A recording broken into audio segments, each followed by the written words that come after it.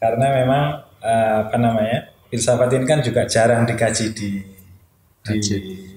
kampus ataupun apalagi di masjid.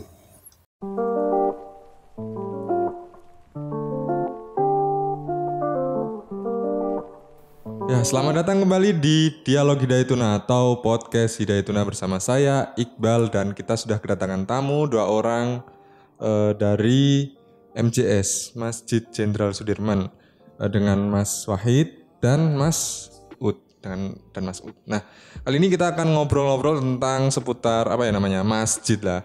Masjid ini gimana Masjid Jenderal Sudirman ini sudah dikelola sedemikian rupa. Nah, bagaimana pengelolaannya itu nanti kita kulik bersama gitu. Nah, tapi gini, sejarah. Awal mula pengelolaan Masjid Jenderal Sudirman itu gimana sih? Ceritanya dari awal kok sampai ada ngaji, sampai ada sekarang katanya ada penerbitan di buku-buku ini. Nah, itu awalnya gimana gitu?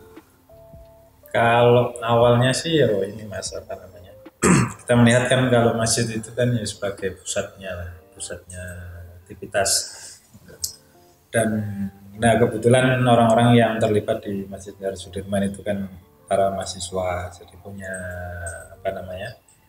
punya keinginan bagaimana sebuah masjid itu juga bisa mengambil perannya dalam rangka untuk memaukan masjid itu. Nah, kemudian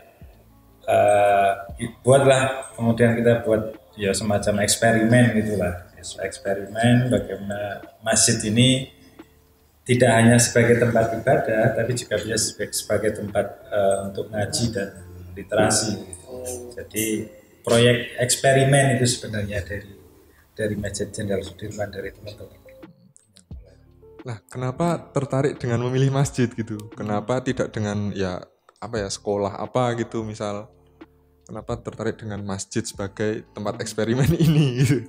Yang pertama memang ya kita lihat sih bagaimana masjid itu sebagai sebuah sentral untuk aktivitas keumatan gitu.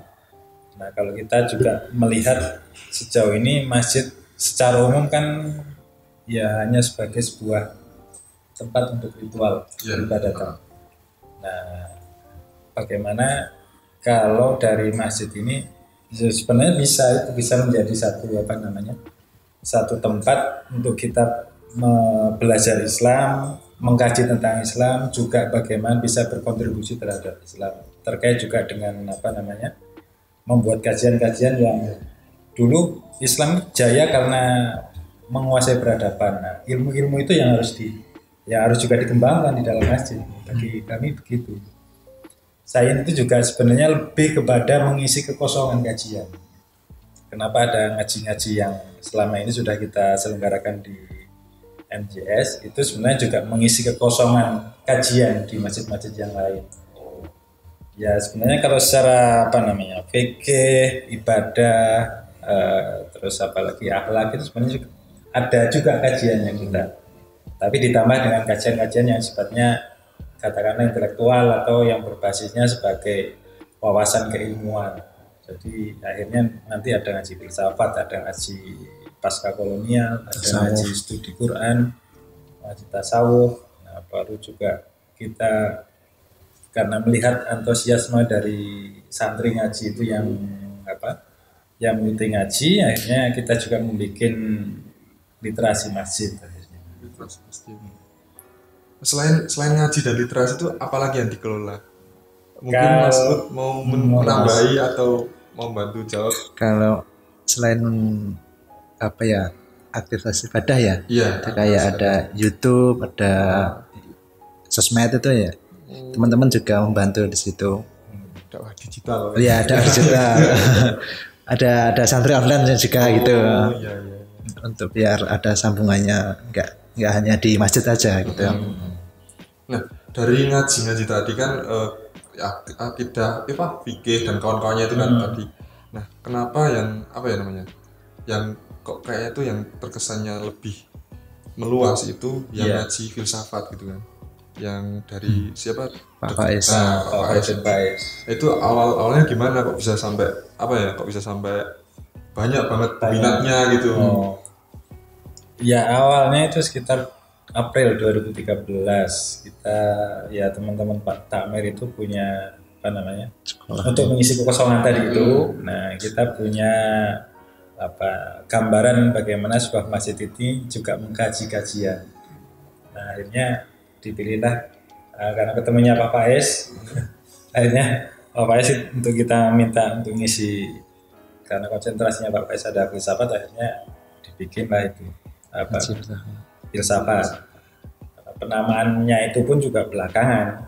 Awalnya kita bikin kelas 1 hari penuh full itu kelas filsafat dari pagi sampai sore. Salah satu pembicaranya adalah Pak Faiz. Nah kemudian di pertemuan selanjutnya kemudian kita jadikan dirutinkan di setiap Rabu malam dipilih harinya itu dengan materi ya filsafat ya, dasar dan sampai sekarang sampai dari Rabu kemarin sudah tema yang ke-302 dari ngaji filsafat pertama itu.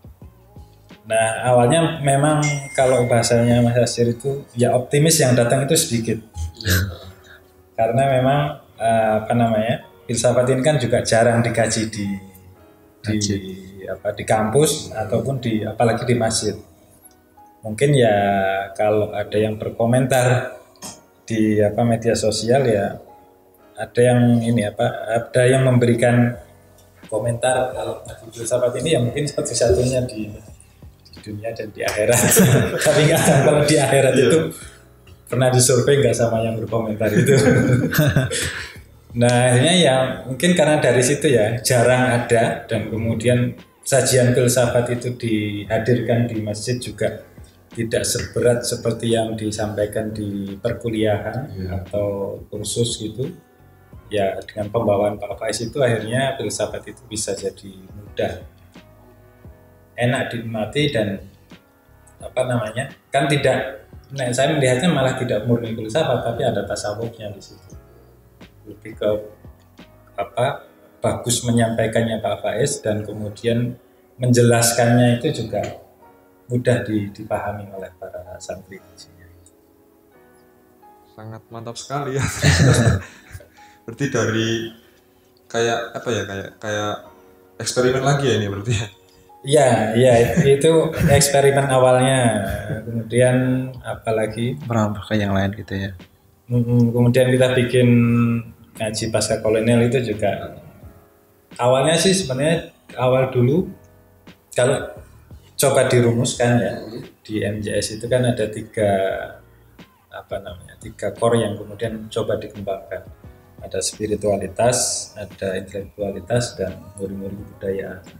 Jadi ini katakanlah ini sebagai format rule untuk bagaimana kita beraktivitas, berkegiatan dalam rangka untuk membangun masjid.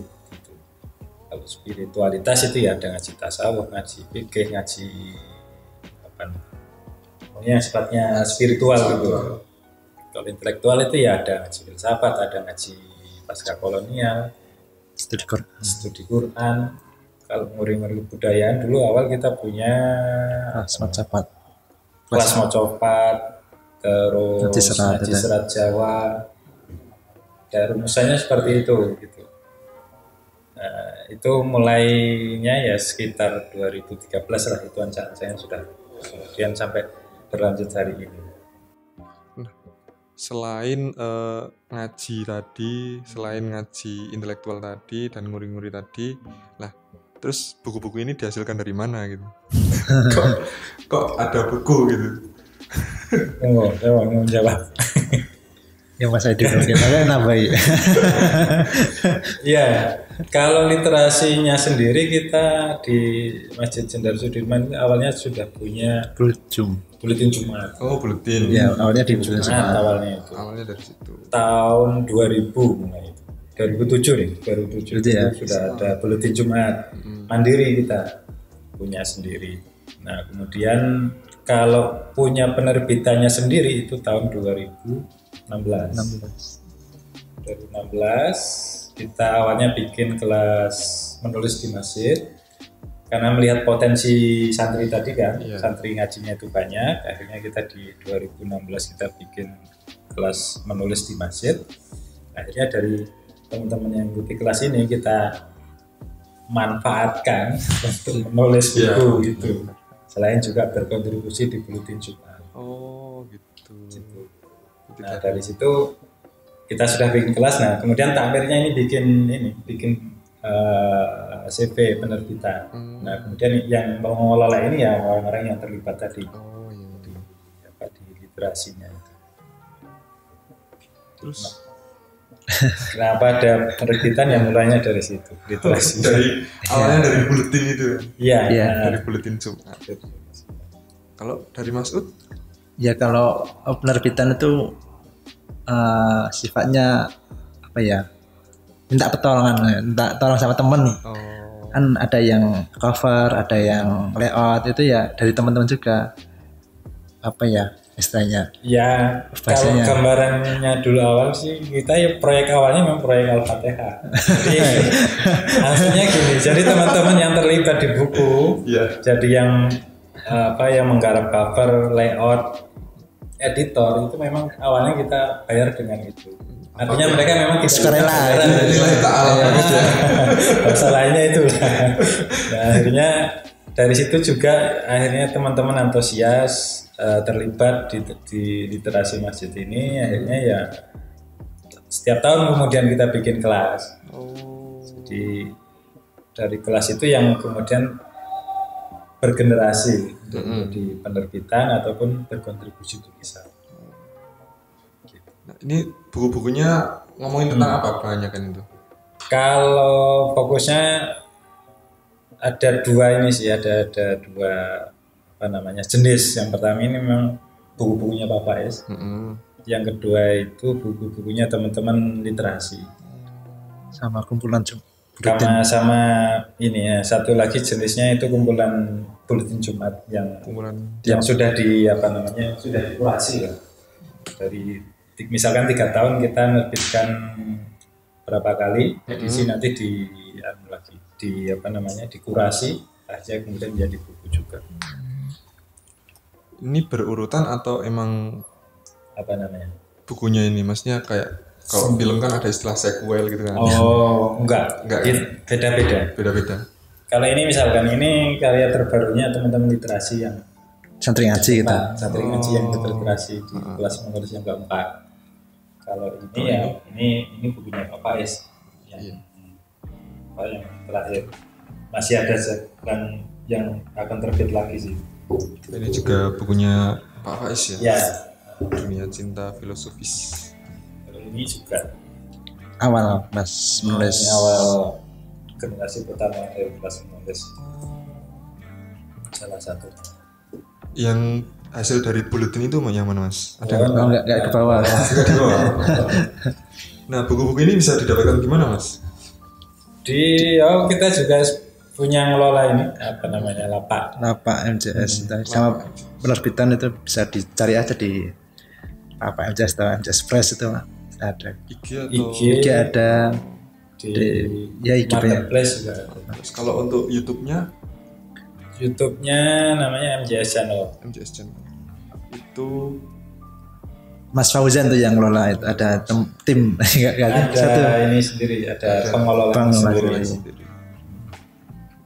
Kalau dari kita kan sekarang di masjid itu kalau secara struktur takmiran, ada peribadatan, pendidikan, ada media dan penerbitan.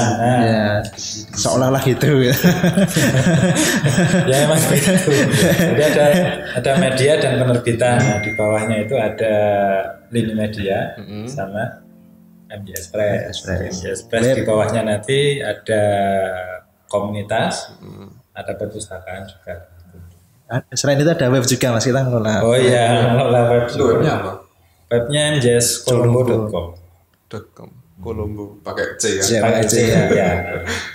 Takutnya ada yang tipuan pakai K. Oke, mungkin itu saja. Oh iya, gini, kita kan anak muda kan Mas.